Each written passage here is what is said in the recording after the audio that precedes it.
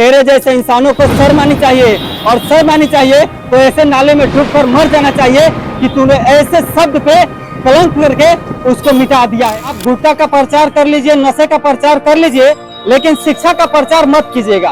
तो आप ड्रीम 11 का प्रचार कर लीजिए, किसी गेम का प्रचार कर लीजिए, किसी पार्टी द्वारा उस पर मोतियाबिंद की तरह व्हाइट चूना मार दिया गया है। चैलेंज देता हूँ, क्योंकि हम गरीब मजदूरों के लिए जान निछावर करने के लिए तैयार हैं, क्योंकि हम गरीबों को शिक्षा देते हैं, वो भी निःशुल्क, बिना पैसे के। आप इस पे चूना मारने से पहले एक बार भी सोचें कि किसके पेट पे लात मार रहे हैं, कैसे बच्चों के भविष्य पर लात मार रहे हैं। जय हिंद। किसी ने सच ही कहा है, अगर आप शिक्षा के लिए आवाज उठाइएगा तो आपको दबा दिया जाएगा और आपके गले को दबोच दिया जाएगा। आप इस बिहार के अंदर रह करके आप गुटखा का प्रचार कर लीजिए, नशे का प्रचार कर लीजिए, लेकिन शिक्षा का प्रचार मत कीजिएगा। और आप ड्रीम 11 का प्रचार कर लीजिए, किसी गेम का प्रचार कर लीजिए, क्योंकि इस देश के अंदर भ्रष्टाचार बढ़ चुका है। इस दीवार को आप जरा ध्यान से देखिए, इस पे लिखा हुआ है साफ साफ शब्दों में कि दलित गरीबों के बच्चे बच्चियों को बेहतर शिक्षा और मासिक छात्रवृत्ति दो। ये किसी पार्टी द्वारा ये लाइनें लिखी गई है, लेकिन हमें लग रहा है कि इसको किसी पार्टी द्वारा उस पर मोतियाबिंद की तरह व्हाइट चूना मार दिया गया है। क्योंकि ये शब्द अगर किसी गरीब मजदूर के बच्चों को दिखेगा तो पढ़ेंगे, शिक्षा ग्रहण करेंगे और अपने अधिकार के लिए लड़ेंगे। अगर ये शब्द दिख गया ना, तो कल से ये जो बच्चे गलियों में, सड़कों पर, चौराहों पर भटकते हैं, वो अपने अधिकार के लिए लड़ने लगेंगे और अपना हक मांगने लगेंगे कि हमें शिक्षा दो।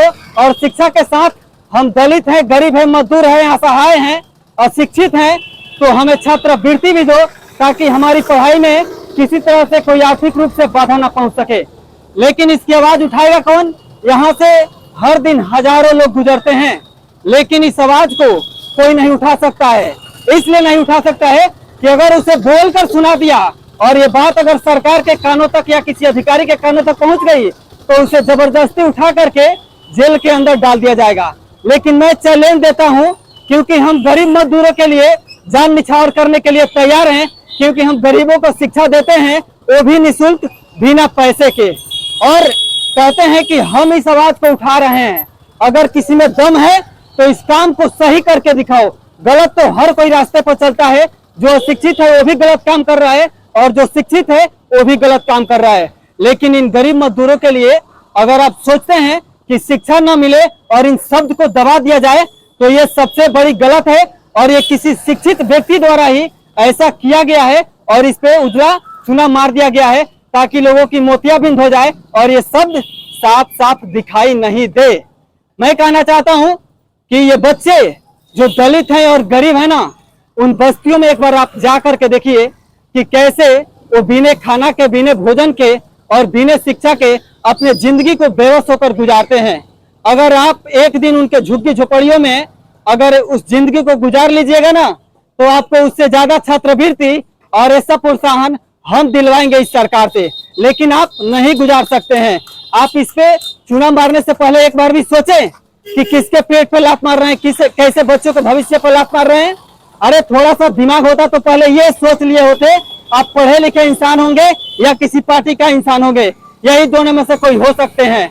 लेकिन ऐसी गलती आप कभी मत कीजिए, क्योंकि अगर कोई इंसान पढ़ा लिखा अगर ऐसे शब्द को उजागर कर रहा है तो समझिए कि वो बिहार के लिए कल्याण कर रहा है।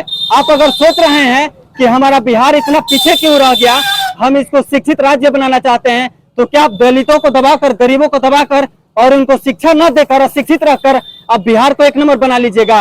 अगर दम है तो इन गरीबों को छोड़ करके बना कर दिखाइए, क्योंकि हमारे बिहार में 14 करोड़ लोगों की जनसंख्या है और उसमें 5 करोड़ बच्चे हैं, और उस 5 करोड़ बच्चों में से 3 करोड़ ऐसे बच्चे हैं जो लगभग स्कूल नहीं जाते हैं, कॉपी कलम नहीं पकड़ते हैं और स्लेट पेंसिल का उनको ज्ञान तक भी नहीं है। और आप बिहार को शिक्षित राज्य बना लीजिएगा। ऐसे शब्दों को दबाकर तेरे जैसे इंसानों को शर्म आनी चाहिए, और शर्म आनी चाहिए तो ऐसे नाले में डूबकर मर जाना चाहिए कि तूने ऐसे शब्द पे कलंक करके उसको मिटा दिया है।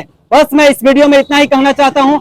आपकी राय क्या है कि ऐसे गरीबों के आवाज को उठाना चाहिए या नहीं, और बच्चों को शिक्षा, गरीबों को, दलितों को, असहायों को मिलना चाहिए कि नहीं?